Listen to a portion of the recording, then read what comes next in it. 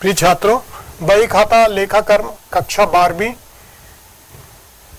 लेखांकन अनुपात के बारे में हम अध्ययन कर रहे थे। तो यहाँ इसके पूर्व में हमने लेखांकन अनुपात के लाभदायकता अनुपात के अंतर्गत जो है पूर्व में हमने सकल लाभ अनुपात और शुद्ध लाभ अनुपात की गणना की थी।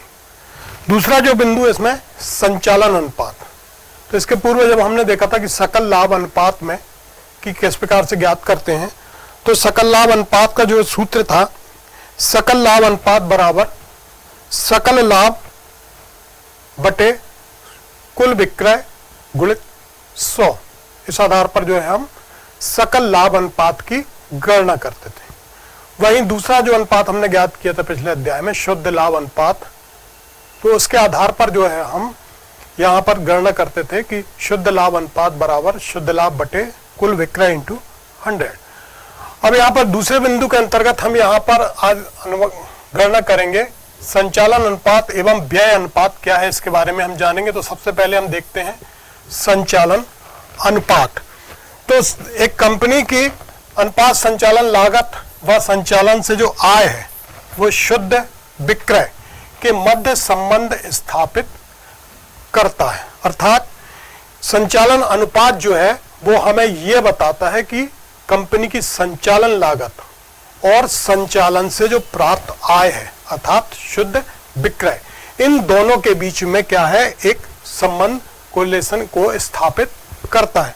संचालन लागत से यहाँ पर जो आशय है वो बेचे गए माल की लागत व संचालन व्ययों के योग से लगाया जाता है।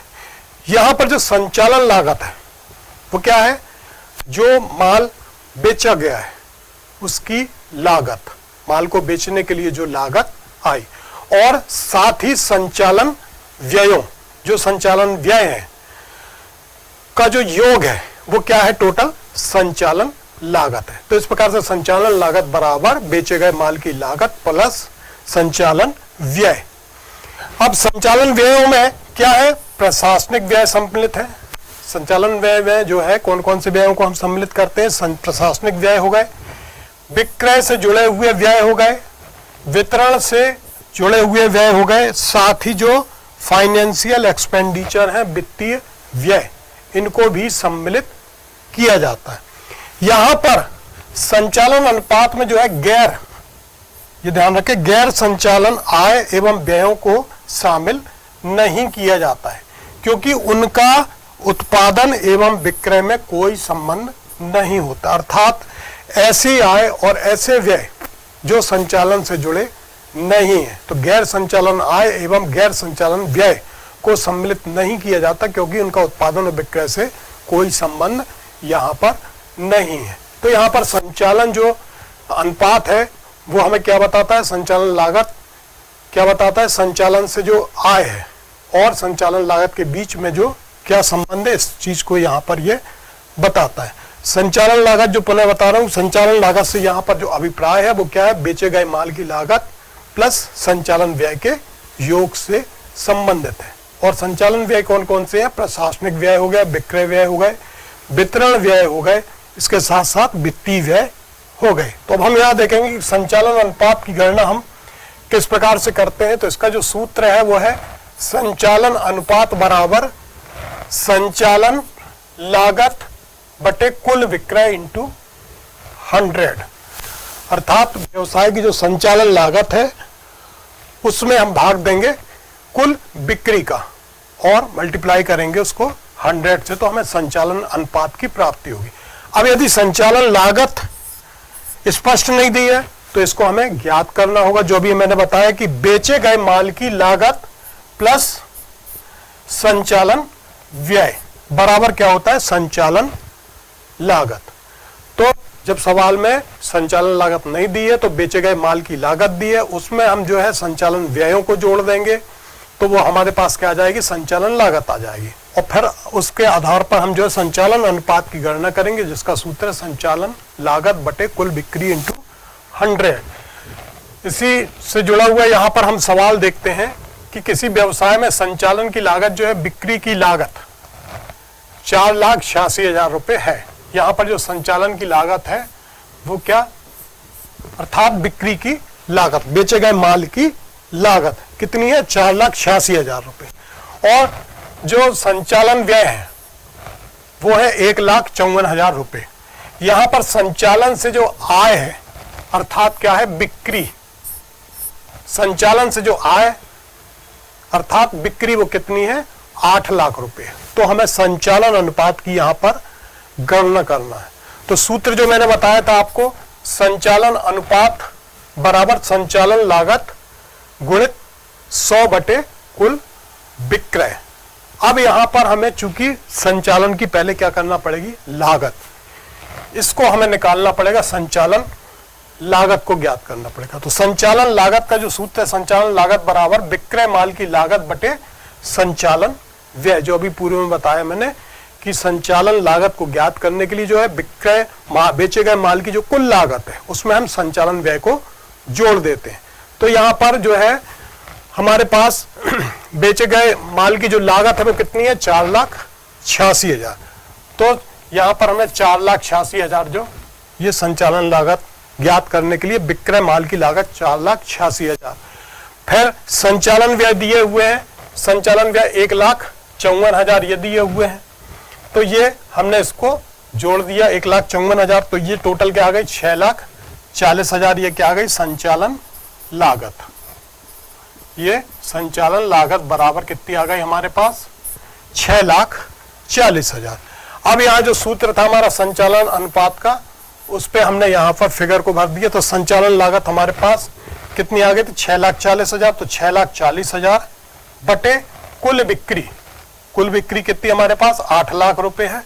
तो इंटू 100, तो ये संचालन जो अनुपात है ये कितना आया, 80%। इस हिसाब से जो है यहाँ पर जो है संचालन अनुपात की हमने गणना की।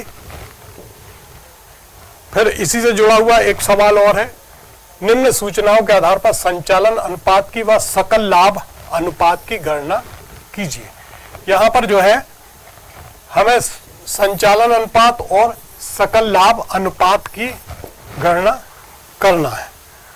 संचालन से जो आय है वो कितनी है, 2,40,000। और संचालन से आय की लागत जो है वो कितनी है, 80,000।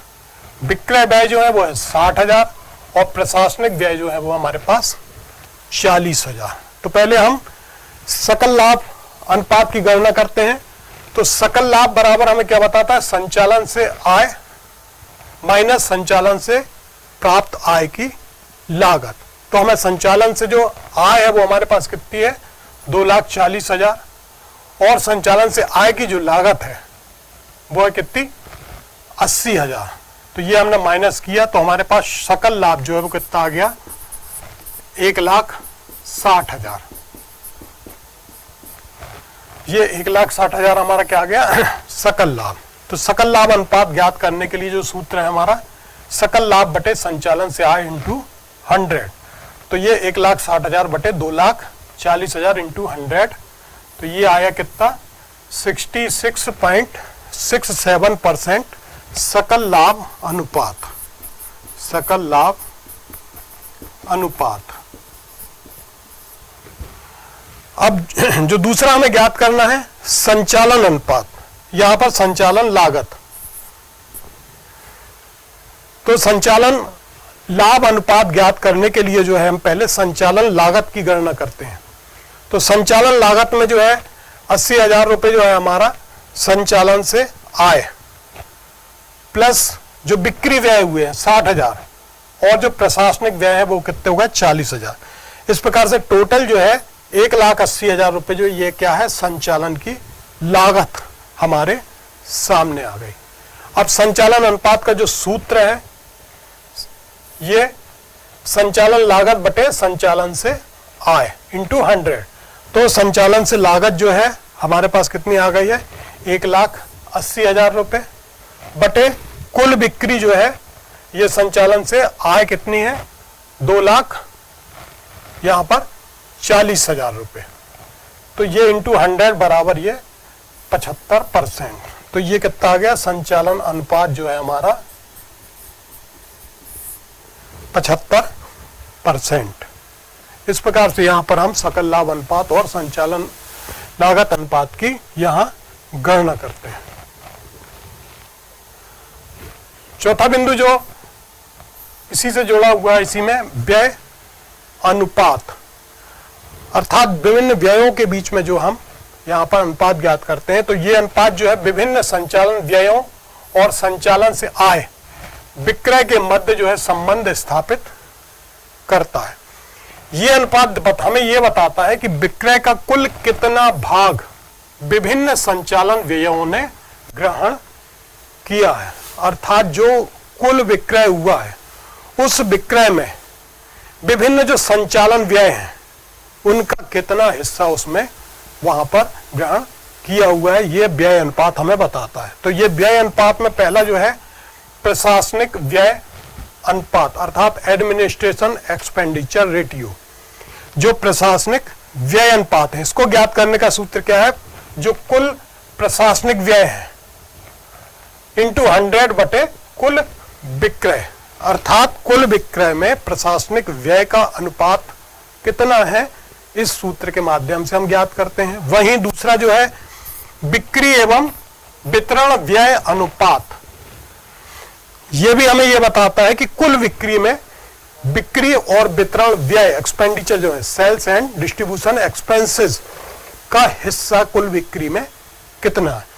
तो इसका सूत्र है बिक्री व वितरण व्यय इंटू कुल बिक्री इंटू 100, बिक्री व वितरण व्यय इंटू 100 डिवाइड बाई कुल बिक्री। तीसरा जो है यहां वित्तीय व्यय अनुपात, जो फाइनेंशियल एक्सपेंडिचर रेटियो है, यह ज्ञात करने के लिए हम जो जितने वित्तीय व्यय हैं फाइनेंशियल एक्सपेंडिचर अपॉन कुल बिक्री इंटू 100, तो इस हिसाब से यहां पर जो है हम व्यय अनुपात की गणना जो है कुल बिक्री के आधार पर करते हैं। तो ये बताता है हमें कि जो कुल बिक्री है उसमें कितना भाग विभिन्न संचालन व्ययों ने प्राप्त कर रखा, ग्रहण कर रखा है। तो उसमें हम प्रशासनिक व्यय अनुपात, बिक्री व वितरण व्यय अनुपात और वित्तीय व्यय अनुपात ज्ञात करते हैं। तो व्यय अनुपात से जुड़े हुए एक यहाँ पर हम उस सवाल को देखते हैं कि रामपुर के खाते से प्रशासनिक व्यय अनुपात नंबर 1, नंबर 2 बिक्री व्यय अनुपात और नंबर 3 वित्तीय व्यय अनुपात ज्ञात करना है हमें। तो यहां पर जो है प्रश्न जो दिया है, प्रशासनिक व्यय कितने हैं 80,000 रुपए, बिक्री व्यय दिया है 5,000 रुपए और वित्तीय व्यय जो है वो कितने 12,500 और विक्रय जो है कुल बिक्री वो है 2,25,000 रुपए। तो इसमें जो है हम व्यय का रेटियो निकालेंगे यहां। तो नंबर 1 जो है प्रशासनिक व्यय अनुपात बराबर प्रारंभिक जो ये प्रशासनिक व्यय है, प्रशासनिक व्यय बटे कुल बिक्री इंटू 100। तो यहां पर हम देखते हैं कि प्रशासनिक व्यय हमारे पास कितने हैं 80,000 रुपए, कुल बिक्री कितनी है 2,25,000 रुपए। तो 80,000 गुणित 100 बटे 2,25,000 बराबर ये परसेंटेज निकला 35.56 प्रशासनिक व्यय अनुपात। प्रशासनिक व्यय अनुपात बराबर 35.56%। फिर दूसरा जो है बिक्री वितरण व्यय अनुपात, ये हम ज्ञात करेंगे। इसका सूत्र जो है बिक्री और वितरण व्यय गुणित 100 बटे कुल बिक्री इंटू 100। तो यहां पर बिक्री और वितरण व्यय हमारे पास कितने हैं 5,000 रुपए। तो 5,000 डिवाइडेड बाई 2,25,000 कुल बिक्री जो है इंटू 100, तो ये आया 2,02.22%।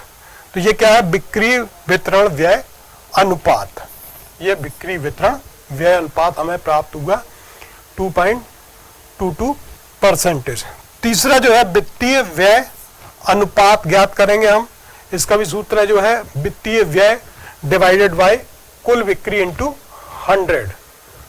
तो यहां पर जो हमारे पास फाइनेंशियल एक्सपेंडिचर की जो फिगर है वो कितना है 12,50,000 रुपए। 12,50,000 डिवाइडेड बाय 2,25,000 25,000 कुल बिक्री इंटू 100, तो ये इसका परसेंटेज आया यहाँ पर 5.56%। तो ये क्या है, वित्तीय व्यय अनुपात, वित्तीय व्यय अनुपात बराबर 5.56%। तो ये जो है यहां पर जो है विभिन्न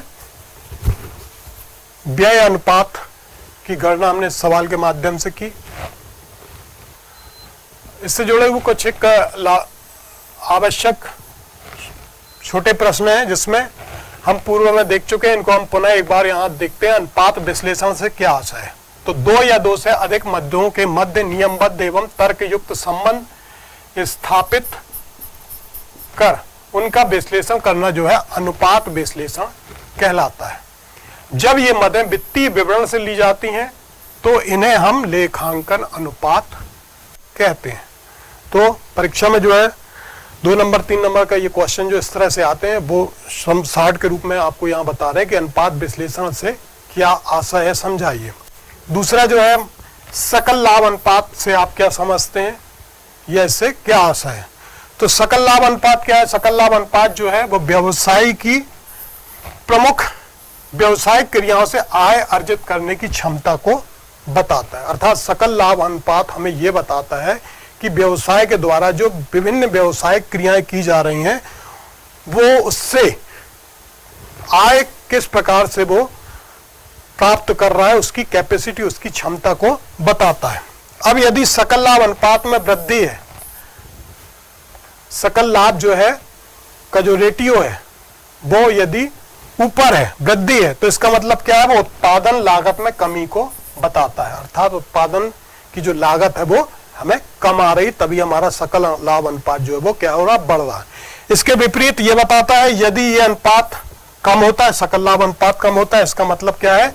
उत्पादन लागत बढ़ने का संकेत देता है। तो सकल लाभ अनुपात से जो आशय है वो ये है। तीसरा जो है बेचे गए माल की लागत की गणना किस प्रकार से करते हैं? तो इस प्रकार से करते हैं, इसकी जो है बेचे गए माल की लागत, बेचे गए माल की लागत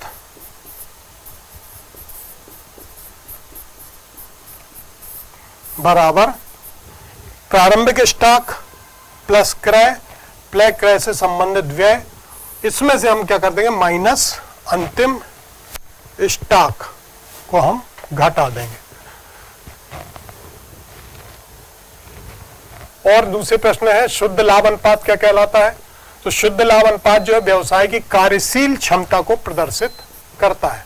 शुद्ध लाभ अनुपात जितना अधिक होगा उतना ही प्रबंध का व्यवसाय पर नियंत्रण व संचालन क्षमता में वृद्धि का प्रतीक है, वो कहलाता है यहाँ पर शुद्ध लाभ अनुपात।